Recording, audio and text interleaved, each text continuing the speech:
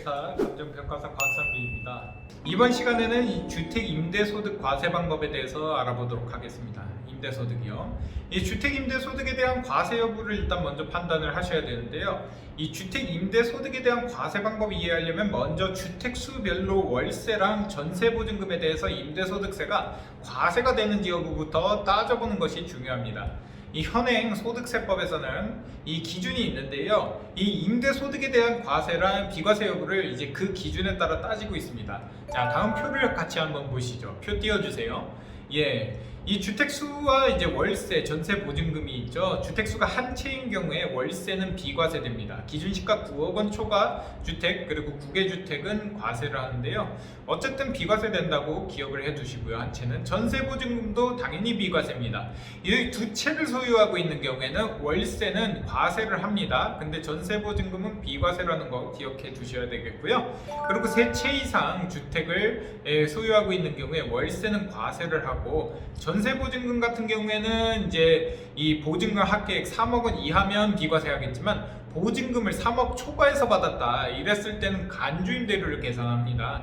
이 초과분의 60%에 대해서 이자 상당액을 수익금액으로 봐가지고 과세를 하는데요. 간주임대료 한번 보시죠. 간주임대료는 이 보증금 합계액 마이너스 3억 원, 그게 3억 원을 초과하는 보증금 합계액에다가 60%를 곱하고 1.8%를 곱한 다음에 여기 임대 관련해서 발생한 이자나 배당 같은 걸 빼줍니다. 근데 이제 소형주택수 계산하고 이제 과세는 제외되고요. 어쨌든 이 산식에 따라서 보증금을 3억을 초과해서 받으면 간주임대료가 과세가 될 수 있다. 이걸 알아두셔야 됩니다.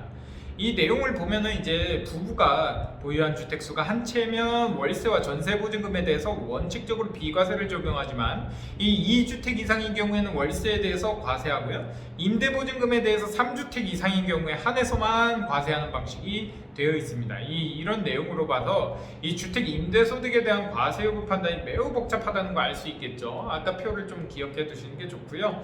그 임대소득 계산할 때 검토할 순서대로 같이 한번 생각해 보죠.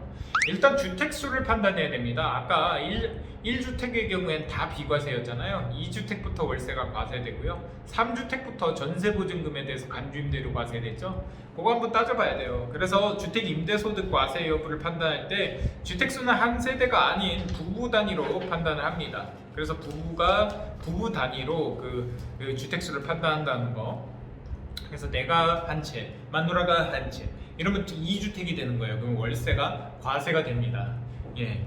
그리고 주택 수별로 월세와 전세 보증금에 대해서 과세 여부를 판단하는데요. 1주택만 보유한 상태에서 임대한 경우에는 월세와 보증금에 대해서 이 비과세를 적용하는 게 원칙입니다. 근데 고가주택의 경우 고가주택의 월세에 대해서는 과세를 합니다. 2주택을 보유하는 경우에는 월세에 대해서만 과세를 하고요. 3주택 이상 보유하는 경우에는 전세 보증금에 대해서도 과세를 합니다. 근데 이제 이때 주택수에 소형주택이 있어요. 소형주택은 40제곱미터 이하 그리고 기준시가 2억 원 이하는 요건 제외가 돼요. 소형주택 굉장히 쬐끄맣죠. 한 10평 정도 되는 주택은 이 제외가 됩니다. 과세에서.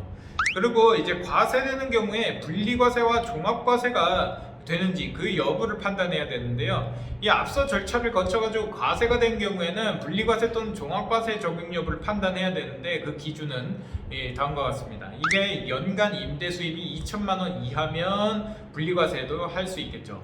그래서 2천만 원 이하인 경우에는 이 주택 임대소득이 이제 2019년 1월 1일 이후부터 납세자가 분리과세 방식과 종합과세 방식 중 선택해가지고 소득세를 신고 납부할 수가 있고요. 그리고 분리과세는 이제 2천만 원 이하의 임대소득을 이제 다른 종합소득과 분리해가지고 그냥 14%를 곱해서 바로 분리과세에서 과세를 종결할 수 있습니다. 그럼 뭐예요?